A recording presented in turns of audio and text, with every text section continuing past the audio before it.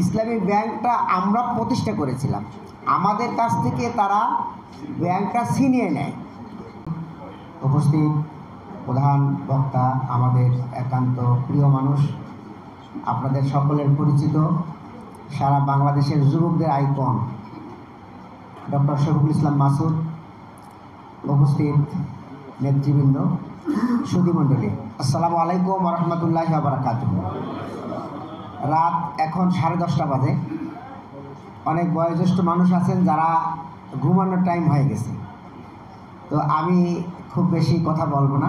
আমি শুরুতেই আল্লাহ রাব্বুল আলামিনের দরবারে ফরিয়াদ করছি, যে সকল তাজা তরুণ প্রাণ এই জুলাই আগস্ট আন্দোলন সহ 15 বছরে জীবন দিয়ে রক্ত দিয়ে এই পরিবেশটা করলো, আল্লাহ যেন সেই সকল মর্দে মুজাহিদদের শাহাদাত কবুল করেন, এবং যারা চোখ হারিয়ে হাত পা হারিয়ে মানবতার জীবনযাপন করছেন তাদেরকে আল্লাহ যেন সুস্থতা দান করেন। সম্মানিত সুধীমণ্ডলী, আমি খণ্ড খণ্ড দিয়ে একটা কথা বলবো। গতকাল আমাদের বিএনপির এক নেতার সাথে ডিবেটে টেলিভিশনে, তো কথা প্রসঙ্গে বললাম যে মানুষ যখন বলে চাঁদাবাজদের ভোট দেব না, তো আপনাদের গায়ে লাগে কেন? তো বলছে আপনারা আমাদেরকেই তো মিন করেন, আমরা চাঁদাবাজি করি। হ্যাঁ, তো বললাম তাহলে এই টেম্পো স্ট্যান্ডগুলো দখল কারা নিছে আর চাঁদাবাজিগুলো কারা করে? তো আপনারা তো প্রায় কয়েক হাজার লোককে আপনারা বহিষ্কারও করেছেন এই চাঁদাবাজির কারণে। তখন সে বলতেছে যে আপনারা তো ইসলামী ব্যাংক দখল করছেন, দেখেন তো কারবারটা। আর বললাম দেখেন, ইসলামী ব্যাংকটা আমরা প্রতিষ্ঠা করেছিলাম, আমাদের কাছ থেকে তারা ব্যাংকটা ছিনিয়ে নেয়। এখন ব্যাংকের যারা ডিরেক্টর হিসেবে যারা নিয়োগ পেয়েছেন, বাংলাদেশ ব্যাংক যাদেরকে ডিরেক্টর নিয়োগ দিয়েছেন, তারা তো জামাতের কেউ না, অর্থাৎ মালিকানা আমরা কেউ না।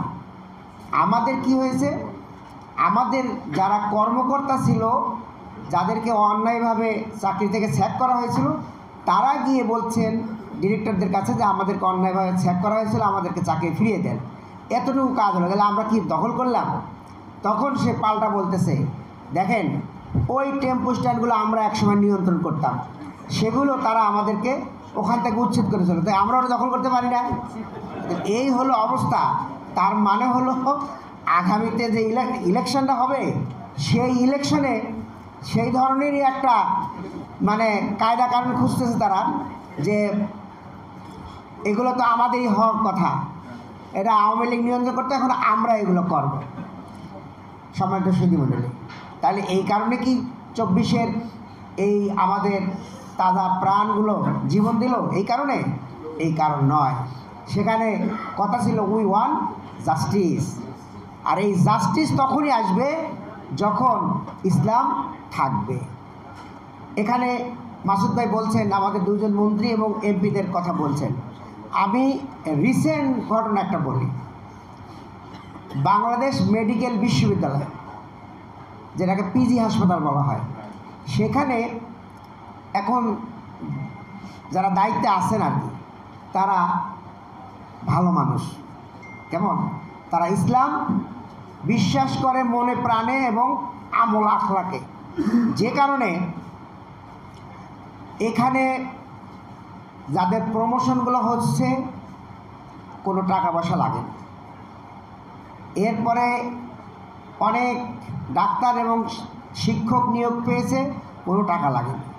প্রায় 500-র মতো নার্স নিয়োগ পেয়েছে, কারো কোনো টাকা লাগে না। অথচ ওই জায়গায় এর আগে যারা ডাক্তার, শিক্ষক, নার্স নিয়োগ পেয়েছেন, লক্ষ লক্ষ টাকা দিতে হয়েছে। সম্মানিত সুধীমণ্ডলী, আগামী দিনে যদি বাংলাদেশে এরকম একটা সরকার আপনারা আনতে পারেন, তাহলে দুর্নীতি বন্ধ হয়ে যাবে। আমাদের আমির জামাত বলছেন, যুদ্ধ করে আপনারা ফ্যাসিবাদকে হটিয়ে দিয়েছেন, আর একটা যুদ্ধ লাগবে। সেই যুদ্ধ হলো দুর্নীতির বিরুদ্ধে যুদ্ধ। সেই যুদ্ধ যদি করতে পারি আমরা, দুর্নীতি দূর হয়ে যাবে। সমাজের সুধীমণ্ডলী, আমাদের আলী হাসান মুজাহিদ ভাই, উনি শিবচর, এটা কোন জেলা? মাদারীপুর, ওই জেলার উনি মন্ত্রী ছিলেন। তো হঠাৎ এক সময় দেখা গেল ওখানে একটা ইয়াছাড়া বাগানের মতো আছে শিবচরে।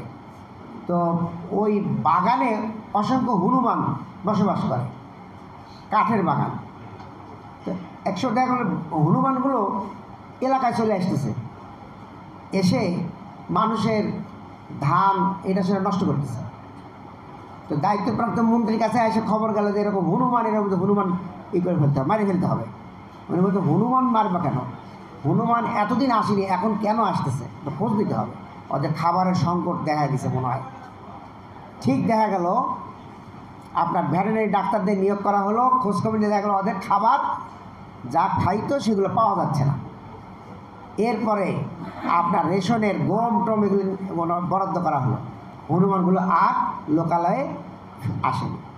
সম্মানিত সুধী মণ্ডলী, তাহলে আমাদের খলিফা ওমর ফারুক বলছিলেন না যে ফোরাত নদীর তীরে একটা কুকুরও যদি না খেয়ে মরে তার জন্য আল্লাহর কাছে আমাকে জবাবদিহি করতে হবে।